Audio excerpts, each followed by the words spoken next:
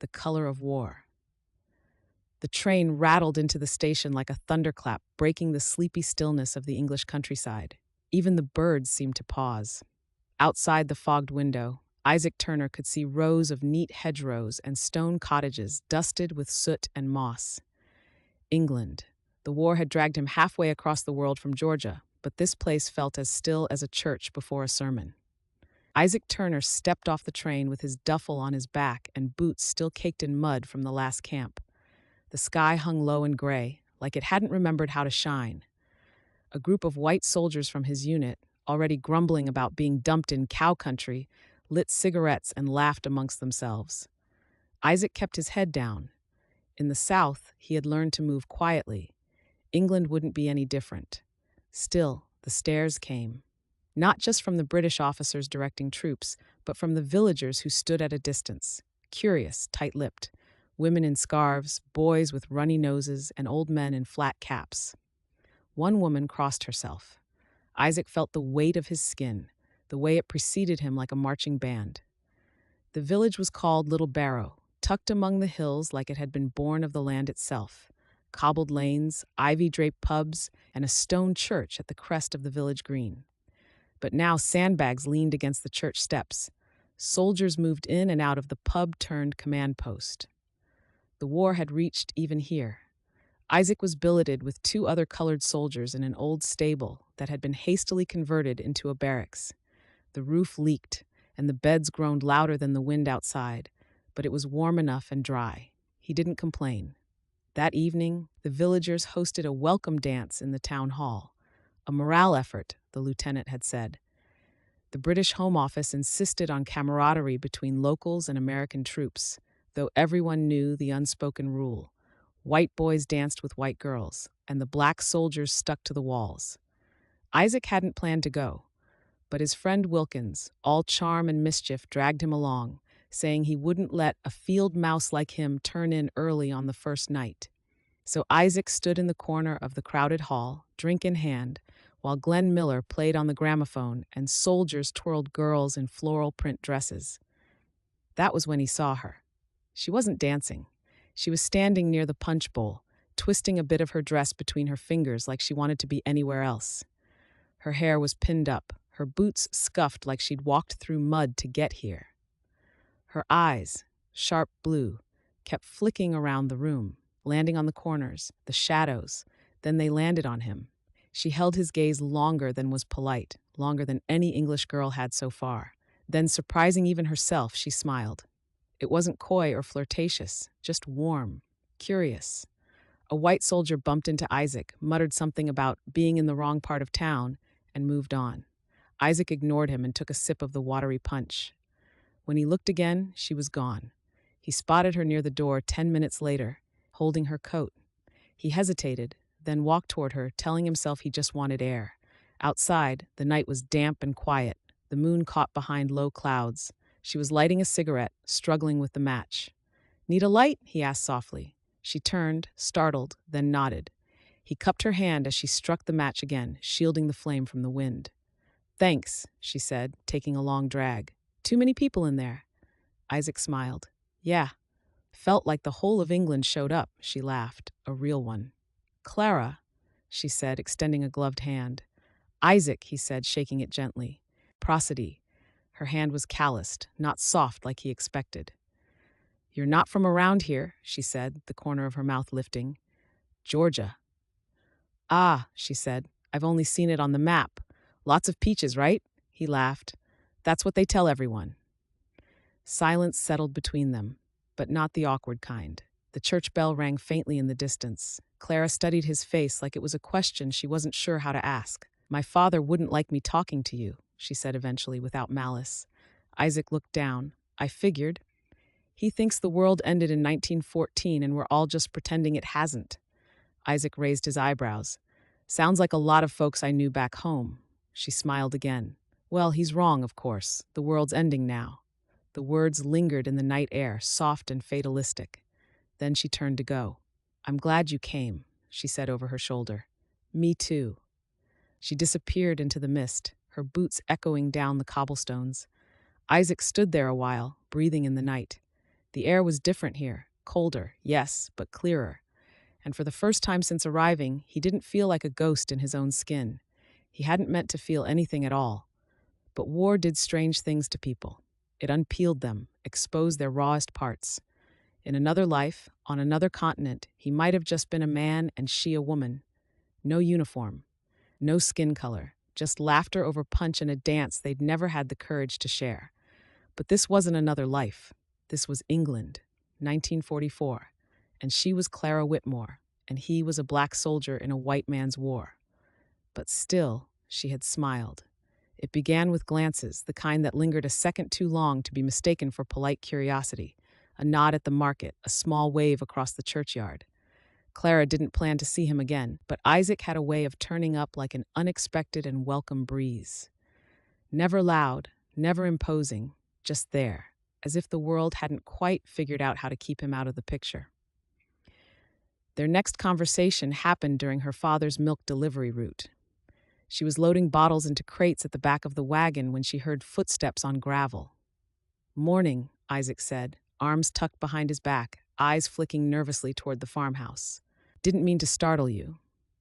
"You didn't." Clara pushed her sleeves up, brushing hair from her forehead with the back of her hand. "Deliveries, my favorite part of the week." "Because it gets you out of the house?" he asked. She gave him a look. "You've met my father, haven't you?" He chuckled quietly. "Only once. I'm not sure he met me, though. He looked right through me." That was his way of being polite. They stood there, caught between politeness and the urge to keep speaking. A bee buzzed past, heading for the row of dying lavender by the fence. "You walk this route often?" Clara asked, gesturing toward the country lane. Isaac nodded. "Helps clear my head. And I like the quiet. There's too much shouting in the barracks." She hesitated, then added, "I sometimes stop by St. Mary's Garden on my way back. The vicar won't mind you joining. It's empty this time of day." He didn't say anything right away, but the next morning, when she turned into the little church garden, she found him there, seated on a stone bench, reading an old copy of Blackwood's magazine like he belonged. Their meetings became a quiet rhythm, a heartbeat beneath the drums of war.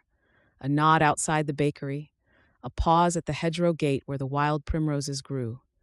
Once they walked the ridge path at dusk, the sky painted in bruised purples and streaks of ash. "Prosody. I lost my brother in the Pacific," Isaac told her on one of those walks, his voice low.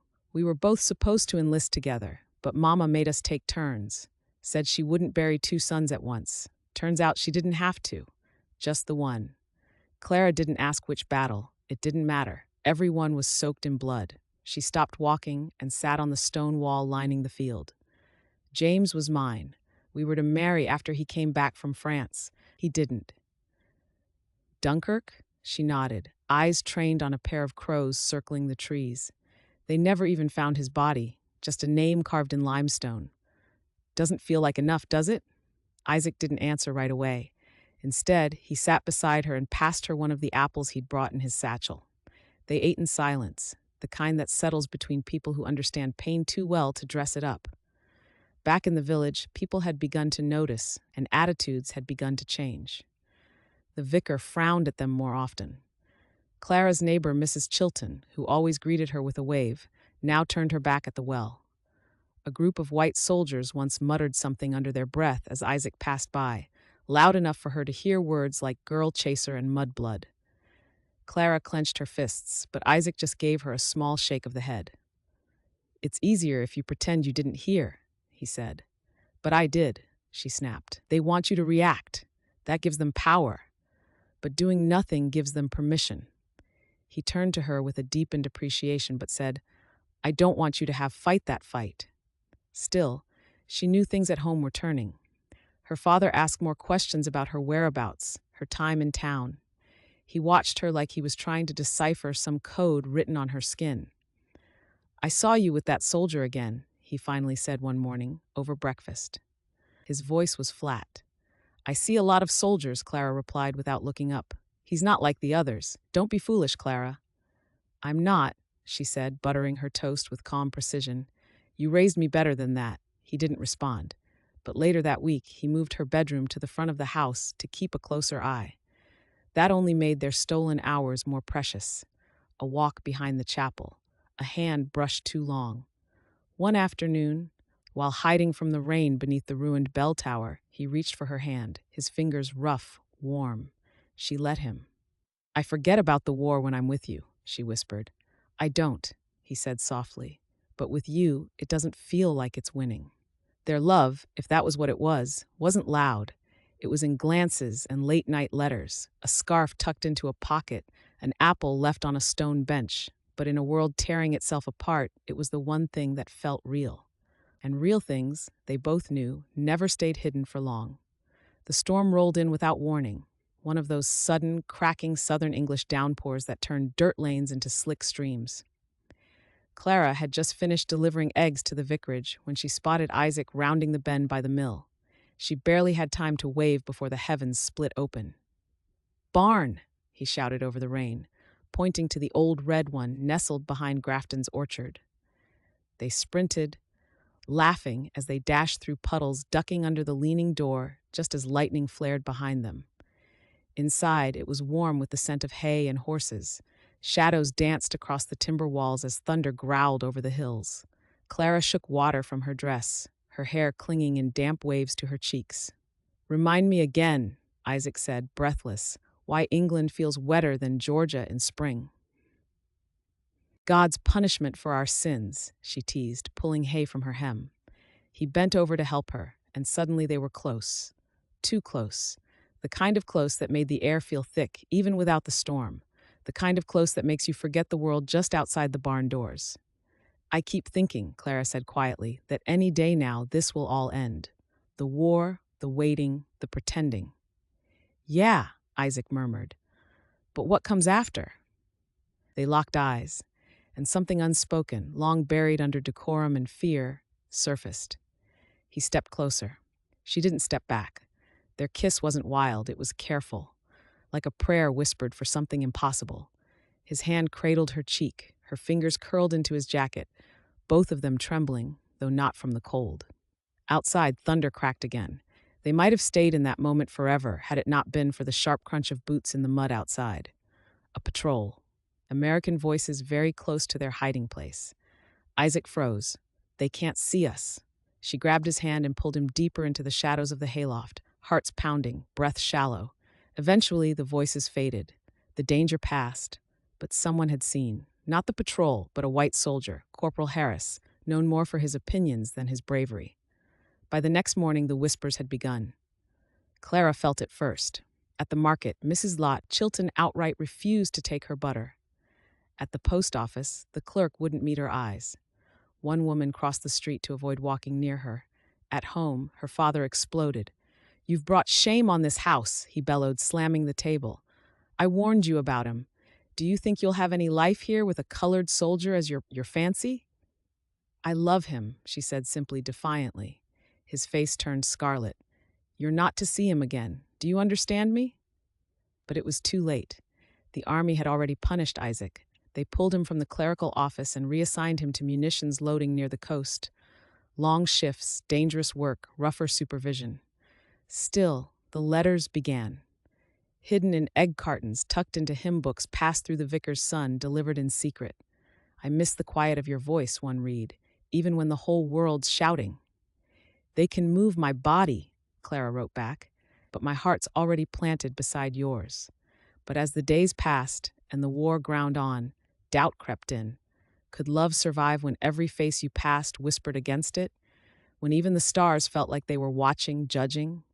Clara pressed his latest letter to her chest, then folded it into her drawer like a keepsake from a dream. The ink was beginning to smudge from where her tears had fallen. She still believed in love. But belief, she now knew, did not always protect you from the storm. She knew it had gone too far when Mrs. Chilton spit near her boots outside the post office. "Filth," she hissed, loud enough for the line to hear. "You should be ashamed." No one said a word. Not the baker, not the vicar's wife, not the man whose mother she nursed when the fever came through the village. Their silence cut deeper than her words. She didn't cry then, but when she got home, her hands shaking too badly to undo the buttons of my coat, she stood in the mudroom and wept. not for the names they called her, but for the world that made love something to be feared. She wept because she had tasted something rare and beautiful, and it had turned the soil beneath her sour. Her younger brother, Peter, barely 16 and full of fury, heard what had happened. That night, he stormed off toward the barracks, fists clenched, eyes blazing. "They can't treat you like that, Clara," he said before leaving. "You did nothing wrong." She begged him not to go. Told him it would make things worse. But the fire in his chest couldn't be doused by words. He found the soldiers drinking behind the canteen.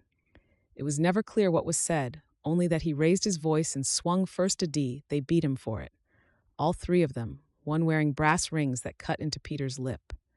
He came home bloodied, jaw swollen, limping like an old man. And just like that, the hate spilled past words. It bled. Isaac didn't learn of it until days later. By then, the army had caught wind of their letters, thanks, Isaac suspected, to Corporal Harris's big mouth. Isaac was dragged before a tribunal, accused of fraternizing inappropriately and disrupting military order. No one mentioned love, only rules. They reassigned him again, this time to a bomb-loading detail near Portsmouth, which was a death sentence in everything but name. "I'm sorry," said Sergeant Wallace, one of the few white soldiers who'd ever spoken kindly to Isaac. "But you've made it hard to protect you." And just like that, Isaac lost even his allies. Left behind not just by his country, but by the very people who'd once sworn they were on his side. At home, the world was colder still. Clara's father, his face red with rage at finding one of Isaac's letters under her pillow, read it aloud like a court sentence, each word bitter in his mouth. "You disgrace your mother's memory," he said. Then he walked outside and dropped it into the fire. She watched the paper curl, the ink turned to smoke, and wanted to scream, but she said nothing, afraid that if she opened her mouth, she would say things that she would regret. She stopped going into town after that. The stares became too sharp, the whispers too loud. Instead, she buried herself in chores, only emerging for church, where even the vicar now refused to look at her. She began to feel the weight of the town's disapprobation, and even to wonder if their love had been a lie or a foolish, childish indulgence or act of rebellion. And then she found the bird. It had flown into a tree that had been splintered by a bomb weeks prior. A jagged limb had caught its wing, leaving it bent and raw. It flapped frantically when she approached, but it was too weak to fly. She cupped it gently in her apron and brought it to the shed where she made a little nest of rags and dried hay, fed it grain and the occasional worm, all the while speaking to it in soft tones, the way Isaac once spoke to her under the apple tree behind the church. "Don't worry," she told it. "You'll fly again, just not yet." That little bird became another secret, a metaphor of her pain. Each day she cleaned its wounds, watched it rest, and willed it to heal.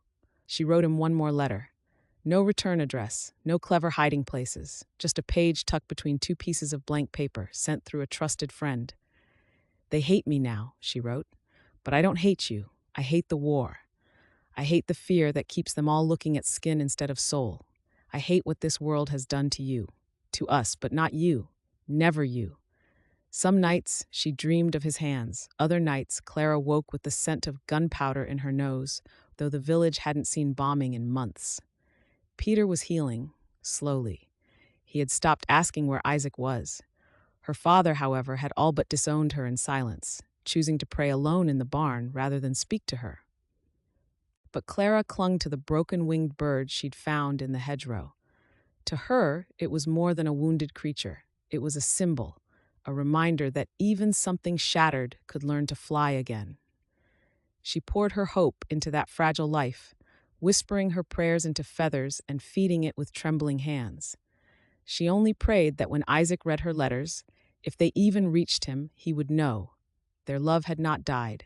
It had only been wounded. Then one Thursday his letter arrived. Folded so precisely it looked ironed, with no return address, just her name in Isaac's familiar slanted handwriting. Each letter shaped with quiet care, with the kind of finality that spoke louder than any stamp. Clara opened it on the back step, where the afternoon light fell soft on stone, and the bird rested beside her in a crate, blinking up at the sky. "Clara, they've reassigned me again, this time to France. Infantry. We leave at week's end. They say it's temporary, but we both know what that means. I don't expect to write again, so I'll say what I haven't had the courage to say before. I've loved you from the first time you rolled your eyes at my dancing.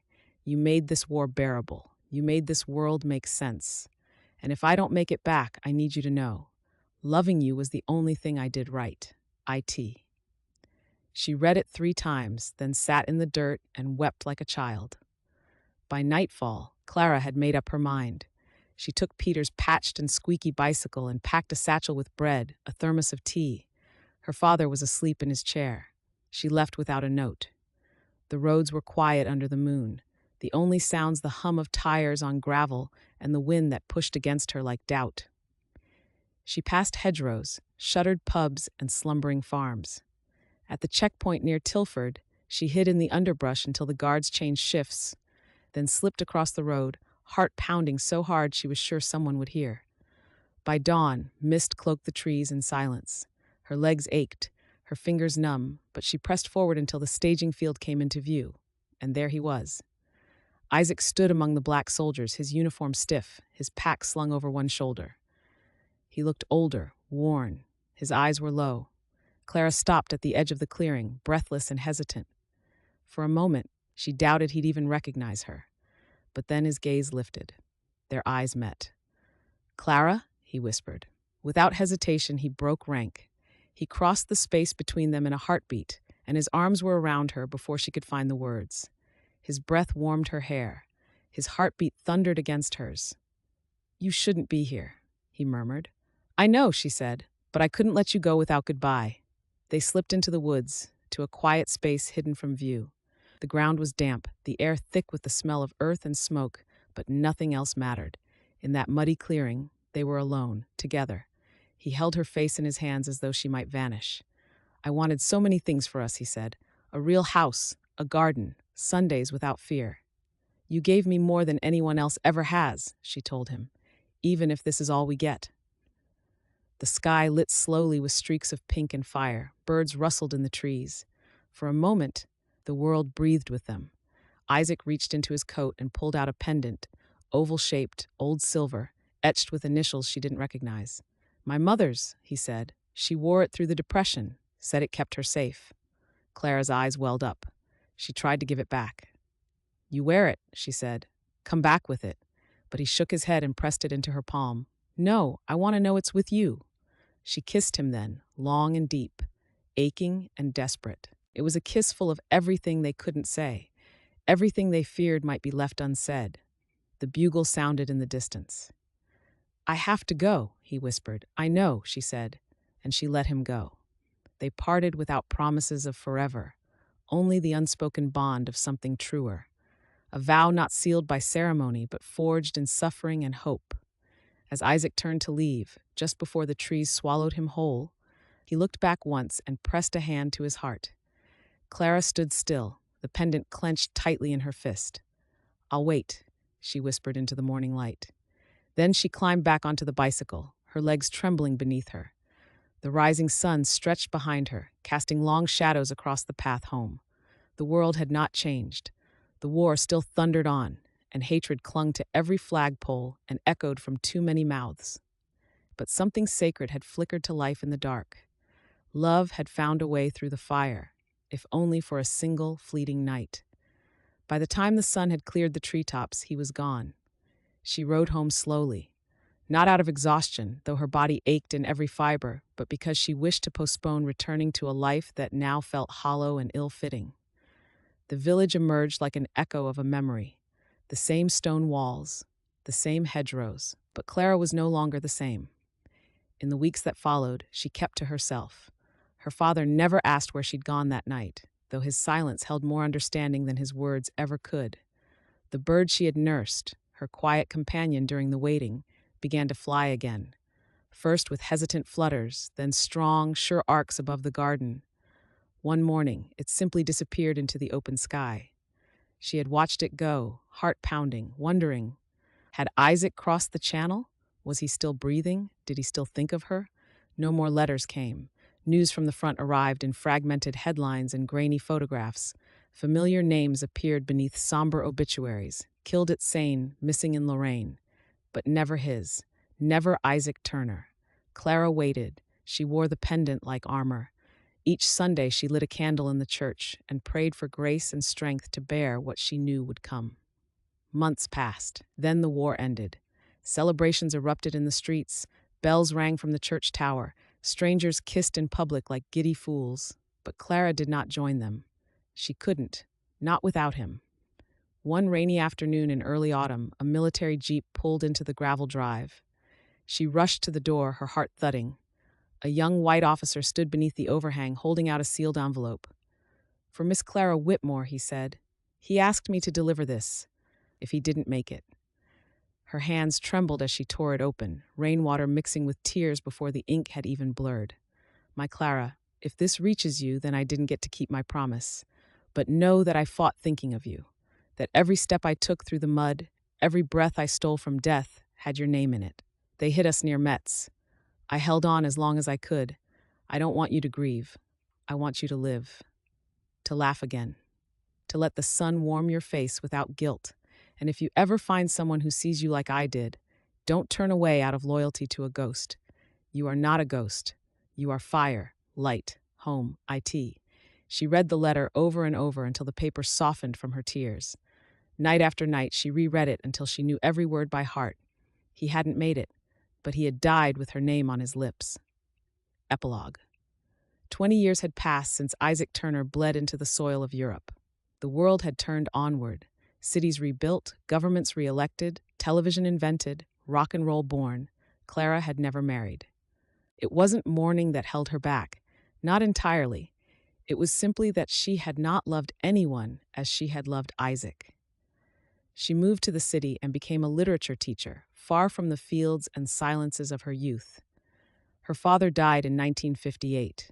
They never quite reconciled, though near the end his sternness softened. Or maybe she had simply grown stronger. The pendant still hung around her neck, though the silver had dulled with time. His letters lived in a cedar box tucked beneath her bed. Every spring, she planted yellow daisies near the stoop. Isaac once told her they reminded him of home, Georgia in bloom before it broke his heart. When they flowered, she sat with tea on the porch, watching the petals stretch toward the sun, and remembered that last night, the misty clearing, the hush before goodbye. People like to believe love came tidily wrapped in vows and anniversaries, but Clara knew otherwise. Sometimes love existed only in fierce, brief, unforgettable moments. He hadn't given her a future or a family, but he had given her something greater, the knowledge that she had been cherished, that even in the ugliest of times, two souls could find each other and hold on, even if only for a season. And for her, that was enough. Sometimes, even now, she still dreams of him. In her dreams, they are not hiding or afraid, and his laughter rings out loud under an English sky, hands rough from labor, and his eyes shining as he reaches for her. And in every dream, she always reaches back. Hi, please click on the subscribe button and maybe leave a comment. Thanks.